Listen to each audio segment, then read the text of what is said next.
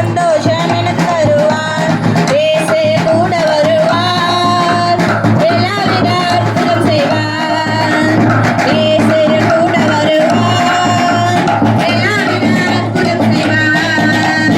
தந்தானா தனதனா, தந்தானா தனதனா, தந்தானா தனதனா, தந்தானா தனதனா.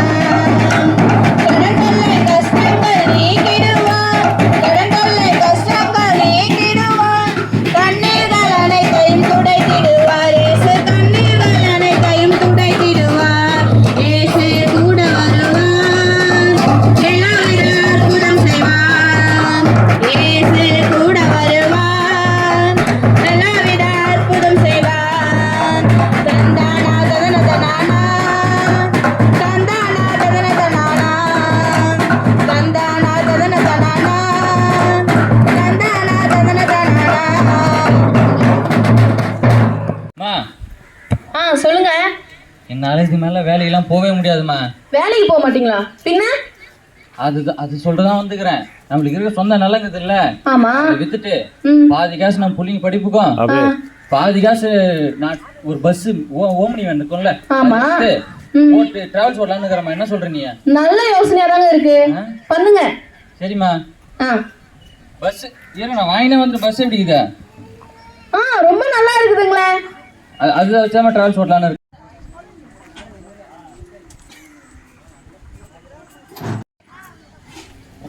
யோ வரல, எந்திரியா. என்னடியா வெட்டியா இருக்கிற உட்காந்துட்டு எந்திரியா. என்ன போனுங்க? நமக்கு இருக்கிற கொஞ்ச நாள் சொத்தை வைத்து ஒரு வேன் வாங்கினியே, அதை பத்தி கொஞ்சமாச்சும் கவலை இருக்கா? அதால என்ன பிரயோஜனம்? வாங்கின நீ அதை கொஞ்சம் ஓட்டி இருக்கணும், அதுக்காக ஒரு டிரைவரை வச்சேன். அவன் என்னடானா அங்க எங்கன்னு போய் முட்டிடுறான். டீசலுக்கே சரியா போயிட்டு வர காசு, அவன் முட்டி வேனை ரெடி பண்றதுக்கே சரியாயிடுது. டியூ கட்ட முடியல, வீட்டுக்கு வருமானம் இல்ல. என்னதான் பண்ணாங்க? நிறுத்து, அது ஏன் காசு, நான் என்ன வேணா பண்ண முடியும்ல. எனக்கு என்னவா? ரைட்டு, நீ யாரோ நான் யாரோ, உனக்கு எனக்கு எந்த உறவுமே கிடையாது. ஆமா, நீ வேற போடி. ஓ அப்படியா? இந்த ரெண்டு பிள்ளைங்க தேவாங்க மாதிரி இருக்கு, தெளிய வச்சுக்க. தேவாங்க மாதிரி இருக்கு, நான் கூட்டி போயிடுறேன். நான் வைக்கல கூப்பிடுறேன், இரு. வைக்கல சொல்லுங்க. மேட்டர் ஒன்று முடிக்கணும், வீட்டுக்கு வாங்க. இங்க பாரு, வைக்கல எனக்கு இவ்வளவு ஒத்து போல, பிரிச்சு விட்டுறேன். யோ நிறுத்தியா, இங்க பாருங்க, இவன் எனக்கு வேணாம், இப்பயே பிரிச்சு விட்டுருங்க. ஒன்றும் கவலைப்படாதீங்க. நான் வந்து பணத்துக்காக நல்லா இருக்கிற குடும்பத்தையே நாசமாக்குற ஆளு. நீங்கள் ஆல்ரெடி நாசமாக போயிருங்க, கன்ஃபார்ம் நாசமாகிடுவேன். ஏன் பேப்பறீங்க? ஆனால் ஒன்று பணத்தை மட்டும் கரெக்டாக கொடுத்துடணும். அதெல்லாம் கரெக்டாக தந்துடுவேன். சரி ஓகேவா? பிரிச்சு விட்டுரு. சீக்கிரம் பிரிச்சிருவீங்களே? கன்ஃபார்ம் பிரிச்சிருவோம்மா. ரொம்ப நல்லது. காசு வந்தா சரி. போதுமாம்மா. என்னங்க ஆச்சு? ஒன்னும் சொல்லுவோம்னா கைக்கெல்லாம் உதறுதுமா. ஐயோ என்னங்க ஆச்சு? தெரியலமா, என்னாச்சுன்னு தெரியலமா.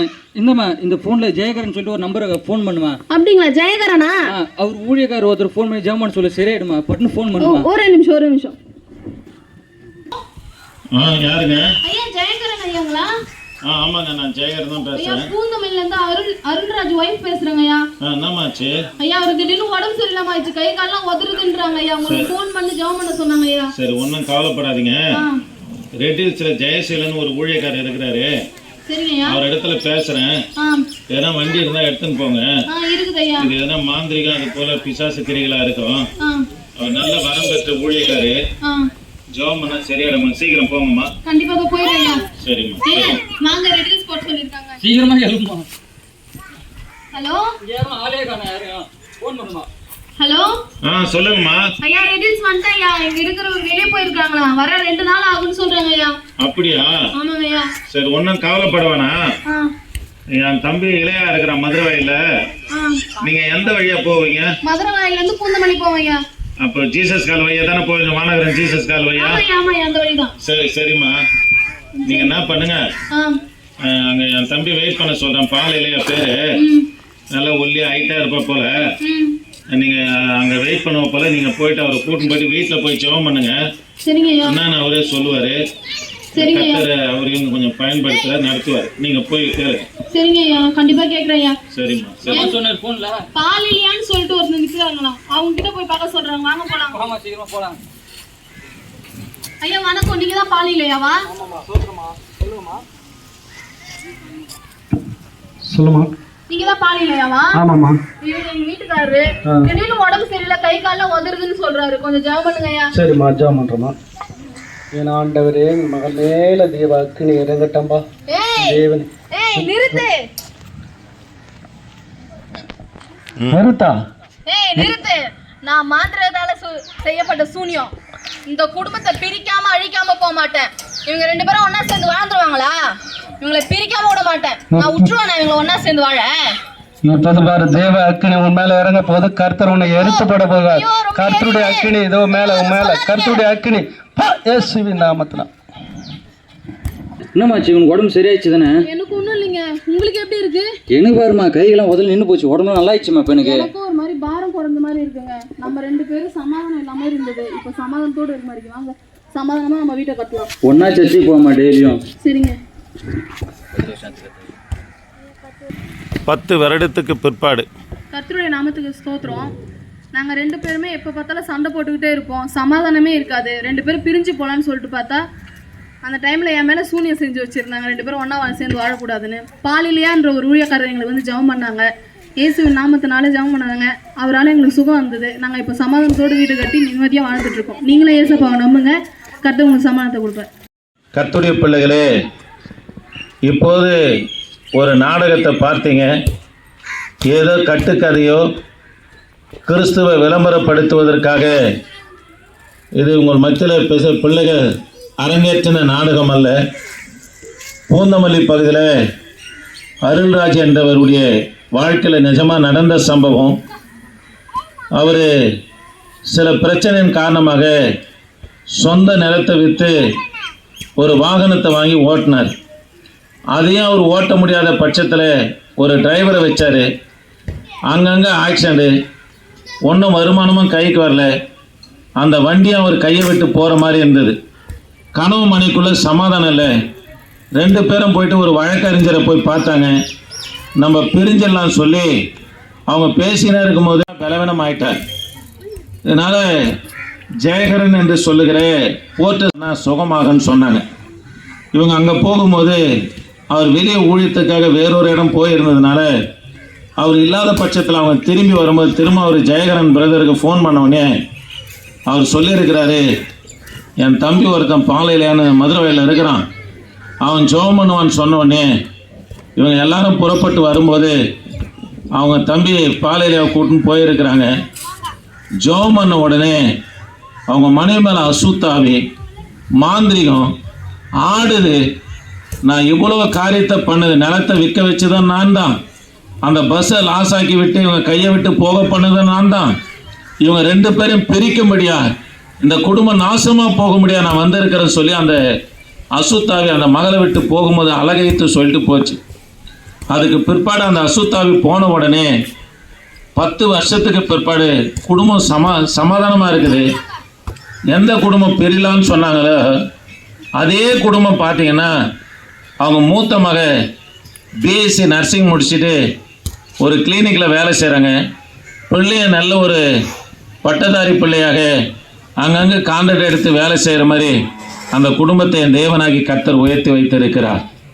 இந்த வார்த்தையை கேட்கிற எனக்கு அன்பான தேவனுடைய பிள்ளைகளே, வேதம் சொல்லுகிறது, குமாரனாகிய இயேசு விடுதலையாக்கினார், மெய்யாகவே விடுதலையாவீர்கள் என்று சொல்லப்படுகிறது. மாந்திரிகம், வியாதி, பிரச்சனை, போராட்டம், ஏமாற்றம், வஞ்சகம், இந்த எல்லா காரியத்திலிருந்து விடுதலையாக்க ஒரே வழி யார் என்று சொன்னா கர்த்தராகிய இயேசு கிறிஸ்து மாத்திரம்தான். வேதத்தில் ஒரு சம்பவம் சொல்லப்பட்டு இருக்கிறது. 18 வருஷ காலமாய் நிமிர முடியாத இருக்கிற கூனி, நிமிர முடியாது, குனிஞ்சினே போவாங்க, குனிஞ்சினே வருவாங்க. ஒரு நாள் தேவாலயத்தில் கர்த்தர் அவர்களை கண்டார். கண்டு அவங்க மேலே கையை வச்ச உடனே அந்த பலவீனப்படுத்தின ஆவி அவங்கள விட்டு வெளியே போனவனே நிமிர்ந்து நிற்கும்படி கர்த்தர் செய்தார். இந்த வார்த்தையை கேட்கிற எனக்கு அன்பான கர்த்தருடைய பிள்ளைகளே, மாந்திரிகம், பிசாசு, மனுஷனுடைய எதிர்ப்பு வண்டன் இருக்கிற வரைக்கும் உன் வாழ்க்கை நிமிர்ந்து பார்க்க கூடாதபடி இருளாகவும் சூன்யமாகவும் சமாதான இழந்தும் காணப்படலாம். நீங்க கர்த்தரை தேடுவீர்களானா வேதம் சொல்லுகிறது, குமாரனாகிய கிறிஸ்து விடுதலை ஆக்கினா மெய்யாகவே நீங்க விடுதலை ஆவீர்கள் என்று சொல்லப்படுகிறது. இங்க வந்திருக்கிற எல்லாரும் மாந்திரிகத்திலையும் செய்வனிலையும் பல போராட்டங்கள் மத்தியில இருந்தாங்க, மரணத்தின் விளிம்பில் இருந்தாங்க. கர்த்தரை தேர்ந்தாங்க, அவரை விசுவாசித்தாங்க. கர்த்தர் பரிபூர்ண சுகத்தை கொடுத்து உன் மத்தியில சாட்சிகளாக வந்து ஊழியம் செய்றாங்க. ஆக இந்த வார்த்தையை கேட்கிற கண்பான தேவனுடைய பிள்ளைகளே, இந்த ஆண்டவராகிய இயேசு கிறிஸ்துவை உன் இருதயத்தில் விசுவாசித்து அவரை இந்த மாலை வேலையிலே முழு இருதயத்தோடு அவரை நோக்கி பார்ப்பையானா, அந்த அருள்ராஜ் வாழ்க்கையில செய்தது போல 18 வருஷ காலமாய் நிமிர முடியாத இருக்கிற கூனியுடைய வாழ்க்கையை கர்த்தர் அற்புதம் செய்து வெளிச்சத்தையும் சமாதானத்தையும் ஆசுவத்தையும் காண செய்தது போல உங்கள் வாழ்க்கையில என் தேவனாகி கர்த்தர் செய்வார். அது மாத்திரம் இல்லைங்க, உன் காரியம் முடிஞ்சிச்சுன்னு நினைக்காதே, என் தேவன் மாறுதலாக முடிய பண்ணுவார். யார் கைவிட்டாலும், யார் உன்னை ஏமாத்தினாலும், வஞ்சித்தாலும், தெருவில் உன்னை தள்ளிவிட்டாலும் என் தகப்பன் ஒருபோதும் தள்ள மாட்டார்.